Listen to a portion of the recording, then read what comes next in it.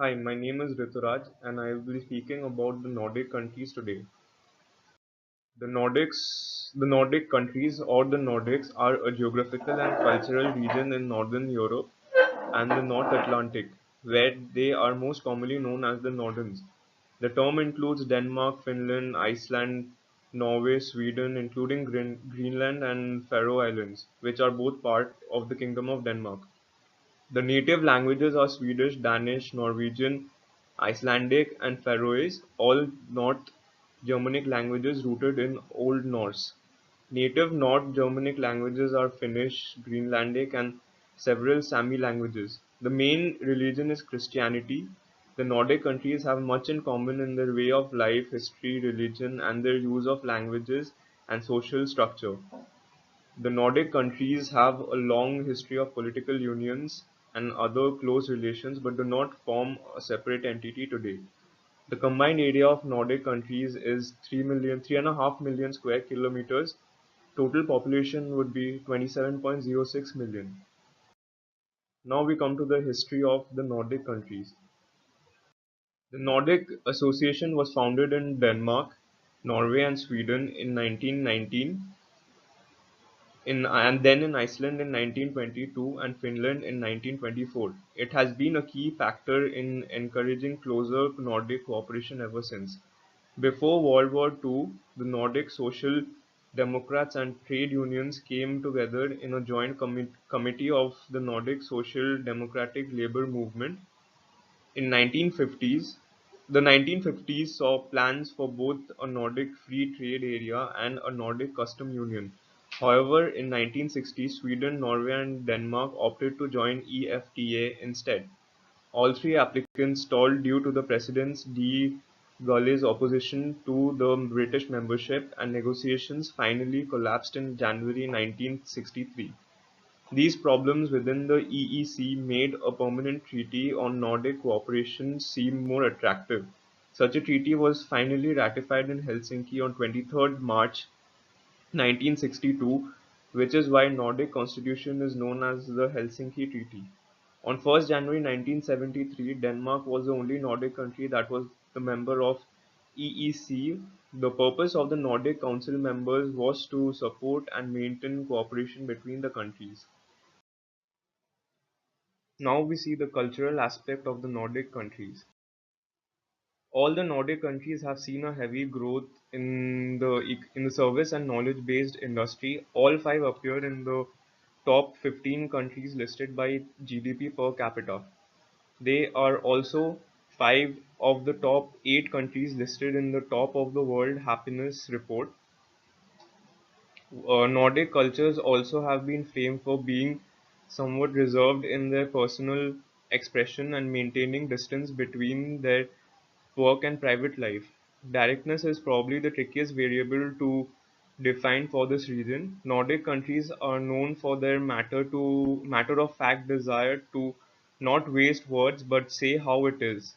They score fairly low on the uncertainty avoidance, which implies higher tolerance level, less shame associated with the failure, and a strong belief in common sense. Now we see the economy of the Nordic countries. It is a free market economy. A free market economy is a market system in which the prices for the goods and services are set freely by consent between sellers and consumers, in which the law and forces of supply and demand are free from any intervention from by a government price setting monopoly or any other authority. At the start, free trade in Nordic countries was restricted to export-based goods and manufacturing industry. Regulations by the government in sectors such as housing, banking, insurance and retail, along with subsidies to selective firms with high tax rates and others, was not uncommon. By 1980, the countries in the Nordic region were on a path of liberalism or already there. Though this was followed by a major financial crisis striking the Nordic economies, they never seemed to be diverging from it. Competition is now an essence of all Nordic economies. A measure of how free trade has seeped into Nordic economies can be judged by the Index of Economic Freedom by Heritage Foundation and the Wall Street Journal. All five countries rank in top 30 and have been described as most freely by the index. The Nordic countries were one of the earliest proponents of free trade between countries because of their export-oriented manufacturing sector and hence embraced globalization from an early age. Now we come to the different business and the business culture in the Nordic region. The main industries which are prevailing in the Nordic region are shipping, oiling, automotive, food and beverage, fishing, toy, and mining. Norway is rich on natural resources. Norway, for this reason, they have large investment in the oil sector. With the surplus from the oil revenues, they have been able to invest in many other sectors, often outside Norway. Statoil is the government-owned oil company. Fish and wood plays an important role too. Norway is a seafaring nation with substantial activities in this area. Sweden is a nation of industry. The hardcore industry includes shipbuilding, which it has been substantial in Sweden. It produces cars like Scania, Saab, and Volvo, and even planes. It has mining and industrialized farming, and the production of home appliances and electronics. Sweden has natural resources like copper, iron ore, forestry, but Sweden still has a lot of black industry. Traditionally, the farming sector was very big. Today it still is, but it employs far fewer people in Denmark. Denmark has a substantial pharmaceutical and healthcare industry. For example, Novo, Lundbeck, and Coloplast. Shipping is also big. Maersk is a global player in many ways, leading the sector, and the company also has oil activities. Interesting industrial companies like Danfoss, Grundfos, and Linac is also there. Denmark has many medium-sized and small companies. Globally known food brands such as Carlsberg beer and Lorpak butter, and also the world-renowned toy maker Lego are also based in Denmark.